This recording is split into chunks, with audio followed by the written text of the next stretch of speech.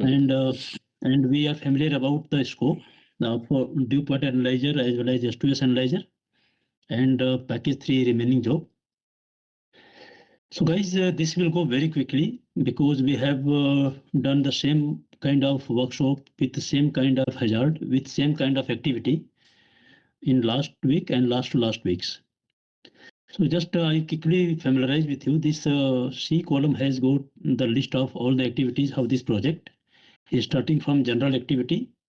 This is the same like the previous project what we have seen last week. Civil activity is the same like last week. And the instrument activity, probably the cable laying, termination, cable termination, cable gland. Nature of hazard will remain same. And then pre-commissioning and PSSR is the same like previous project. And of course, we have got demolition scope, so we have also covered it.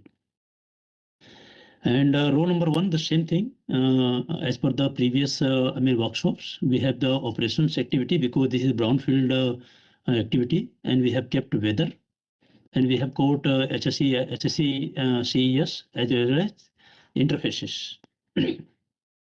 So we have the same restrictions as we discussed before in the previous project last week and the last weeks. This is the same thing. So let us quickly go for that. I will not take much time because we have discussed this sheet in last workshop, last 3 workshops to be honest. So guys, for general activity, site organization, scaffolding, transport of material, and setup tool. So this may have some source of ignition.